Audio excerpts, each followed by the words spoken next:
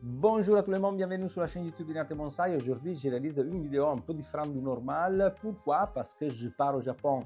La date de l'avion, c'est le 6 février et la date était choisie pour pouvoir visiter la Kokufuten, c'est l'exposition la plus importante au Japon, mais je dois visiter aussi beaucoup d'autres jardins, bonsai et aussi la ville de Tokyo. Donc, je dois vous dire beaucoup de choses et je dois aussi vous rappeler la date. Donc, restez avec moi et bonne vision.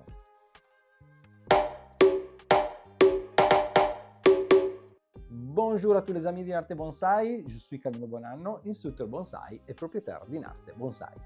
Et oui, aujourd'hui on va parler du Japon, mais avant de le faire, je dois vous dire une chose importante. Pendant la dernière vidéo, je dis que l'exposition régionale PACA à Marseille sera le 30 mai et le 1er juin, mais c'est pas juste. La date exacte, c'est 7 et 8 juin à Marseille pour l'exposition régionale PACA. Et donc, prenez note de la date, juste 7 et 8 juin. Je dois vous communiquer aussi d'autres dates des expositions à lesquelles je prendrai partie, mais on commence avec le sujet d'aujourd'hui. Le Japon. Le Japon, c'est la patrie du bonsaï. Pour moi, ce voyage, c'est toujours fascinant parce que j'ai l'occasion de découvrir un peu la culture où le bonsaï est né, où le bonsaï a commencé à se développer. Et donc, très fascinant pour moi. Et en fait, ce n'est pas la première fois que je vais au Japon. J'étais au Japon déjà 9 fois, donc c'est la 10e fois, mais c'est toujours un voyage incroyable pour moi, toujours en découvrant quelque chose de nouveau dans les bonsaïs, mais aussi c'est l'occasion pour visiter le Japon, c'est un pays réellement exceptionnel. Et je dois vous dire une chose concernant la première fois que j'étais au Japon. Quand j'ai parti, je savais déjà que j'aurais vu beaucoup de bonsaïs incroyables. Pour moi, c'était tous les jours en visitant les jardins, un découvert incroyable réellement. Mais je rappelle une chose du premier voyage, et c'était un peu difficile revenir à la maison. Après avoir vu des choses, comme je l'ai dit, incroyables, réellement incroyables, arriver à l'aéroport, le soir, aller dormir et au matin sortir au jardin était un moment pas trop joyeux parce que la différence de niveau est réellement énorme. Là, il y a réellement des bonsaïs très historiques, des bonsaïs qui sont gardés dans le pot depuis générations. Et là-bas, il y a encore aujourd'hui, toujours moins, je dois le dire, c'est vrai, mais il y a encore aujourd'hui la tradition de laisser les jardins à la génération suivante. Il signifie qu'on peut voir des arbres qui sont en pot depuis 2, 3, 4 générations et cette chose est visible sur les arbres. Cette chose est visible sur les écorces, sur la maturité des plateaux et c'est réellement fascinant. Je dois dire, aujourd'hui, en Europe, on a rajouté un niveau technique et des capacités de culture très élevées. C'est vrai. La chose qui nous manque encore, je pense, c'est l'histoire. Parce que là-bas, on peut voir des arbres en pot avec une histoire très longue et ces choses, je le dis à nouveau, est très visible. Ici, en Europe, le bonsaï est arrivé il y a 50 ans, peut-être. Maintenant, on est capable, oui, d'avoir une bonne culture, de pouvoir progresser avec l'arbre et arriver à avoir un arbre historique. Mais là-bas, il y a une histoire très longue. Et donc, cette différence, réellement, on peut la voir dans les jardins, mais surtout aussi, pas surtout, aussi dans les expositions. Et l'exposition la plus importante au Japon, c'est la Kokufuten. La Kokufuten a lieu tous les années, pendant le mois de février. C'est une exposition énorme parce que vous devez penser qu'il y a un premier week-end avec à peu près 150 arbres exposés. Après, pendant la semaine, il y a un changement, un renouvellement d'exposition.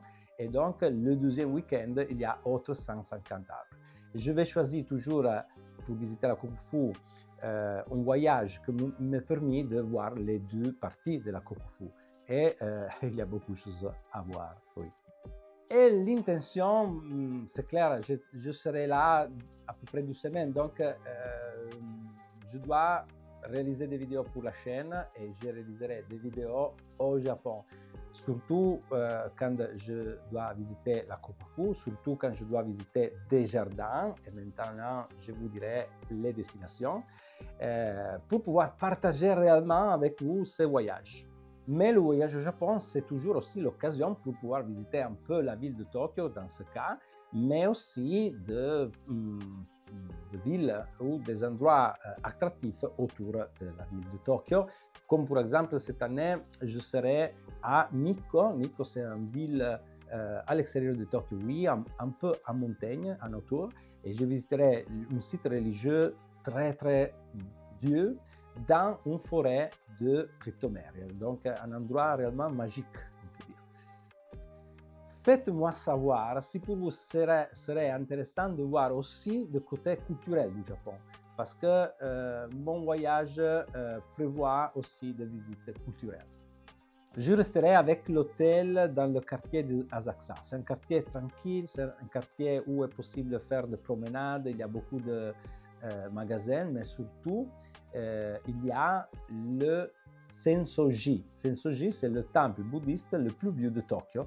Donc, c'est, oui, très touristique, mais aussi très attractif. Magique pendant la nuit, quand le temple et la pagoda à côté sont allumés avec ces rouges très forts. Et sur le côté de bonsai, je dois visiter les deux parties de la Kokufu, je l'ai dit déjà, mais aussi le jardin du maître Kobayashi, le jardin du maître Kimura, le jardin du maître Kawabe et aussi Omiya Village. Omiya Village, c'est un village où il y a plusieurs de jardins bonsai. Il y a une histoire sur ce village, mais je vous dirai tout quand je serai là, en direct. Réellement, j'ai envie de partir, mais avant de le faire, c'est encore loin, hein. C'est moins de mois, mais il y a beaucoup de choses à faire entre aujourd'hui et la date du 6 février.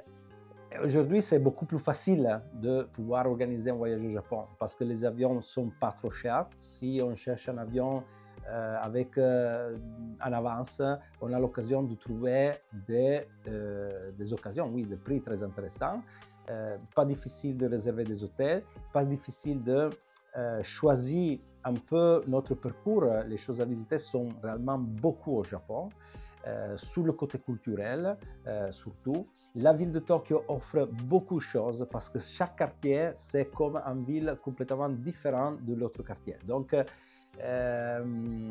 réellement unique comme expérience. Clairement, la vie dans Tokyo est complètement différente de la ville à l'extérieur, dans les parties, on peut dire, plus rurales, où la tradition est encore bien évidente et où il devient aussi un peu difficile de parler avec du monde parce que l'anglais n'est pas trop diffusé à l'extérieur des grandes villes.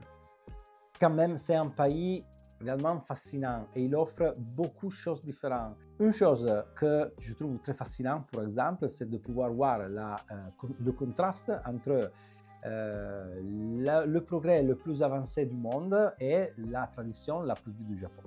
Et donc, par exemple, pouvoir un gratte-ciel de 90 étages qui ne tombera jamais avec les tremblements de terre et juste à côté, un temple en bois qui a peut-être 200 ans. Sur le côté du bonsaï, des jardins, je dois dire, mon préféré au niveau d'émotion, c'est le jardin du maître Kobayashi. Pour moi, c'est toujours magique entrer dans le jardin du maître Kobayashi, le Shunkaen s'appelle, et rester à regarder les bonsaïs, marcher entre les étagères dans le jardin, c'est toujours magique pour moi. Il me donne une émotion que j'ai trouvé beaucoup d'émotions aussi dans les autres jardins, mais là-bas, c'est un peu plus. C'est un peu plus. C'est une chose totalement personnelle. Je ne dis pas que c'est le meilleur jardin et les autres sont moins beaux, mais c'est une chose totalement personnelle. Une question d'émotion. Là-bas, je trouve réellement une émotion très profonde. Je ne sais pas si j'arriverai à vous communiquer mes émotions avec les vidéos. Je ferai des prises et j'essayerai de vous communiquer les choses que je sens quand je vois les choses que je vous montre. mais je ne sais pas si j'arriverai à être si profond. Et maintenant, je vous demande une chose, parce que je ne sais pas exactement comment réaliser les prises. Si réaliser une vidéo pour le jardin de Kobayashi, une vidéo pour le jardin de Kimura, une vidéo pour la Kokufu, etc.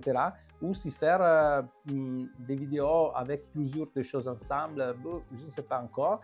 Et surtout, je ne sais pas si réaliser seulement les prises dans les jardins de bonsaï ou si faire aussi des vidéos plus culturelles. Peut-être c'est intéressant, mais faites-moi savoir si vous souhaitez aussi voir des choses du Japon qui ne sont pas seulement bonsaï.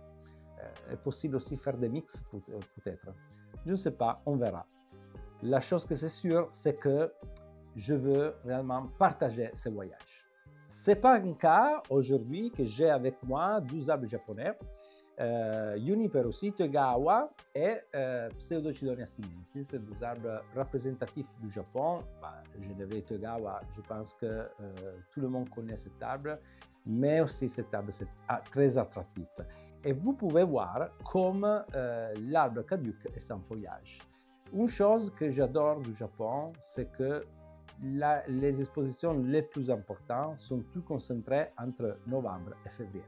Cette chose signifie qu'il y a l'occasion réellement de montrer les caducs sans feuillage.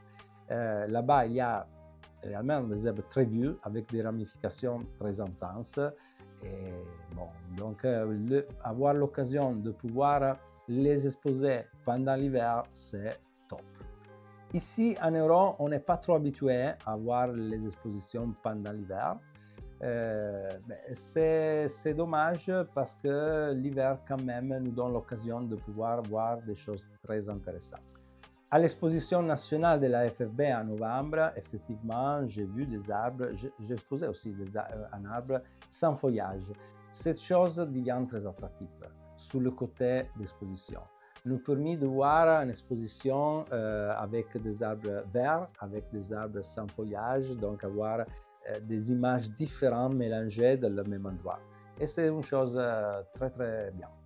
Et maintenant, on revient en Europe, on revient à Inarte Bonsai parce que je veux encore vous communiquer les dates des expositions à lesquelles j'ai déjà décidé de participer. Après, je vous tiendrai au courant de toutes les choses.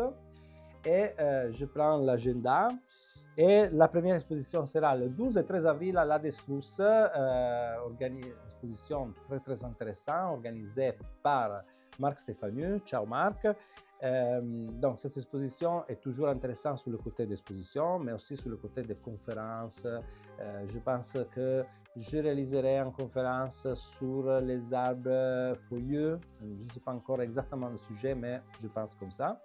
Après, rendez-vous le mois suivant, c'est pas encore sûr, mais très très probable, Albi, pas Albi, mais pas loin d'Albi, pour l'exposition nationale Mame et Shoin. Rendez-vous là-bas aussi. 7 et 8 juin, on l'a déjà dit, régional PACA à Marseille.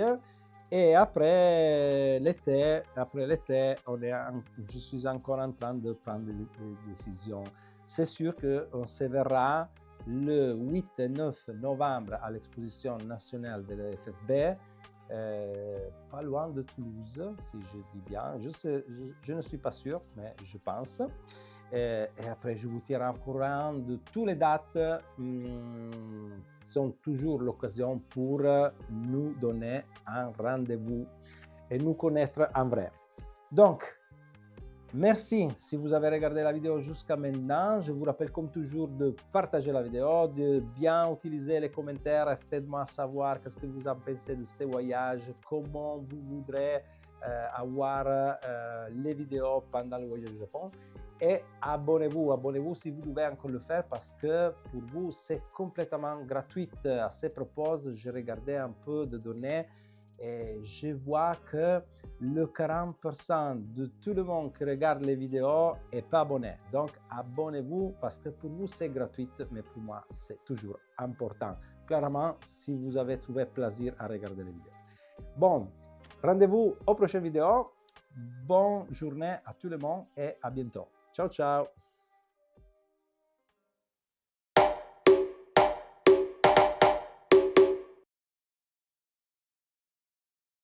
Et donc, j'ai beaucoup de choses à vous dire et je dois aussi vous, je dois aussi vous, quoi?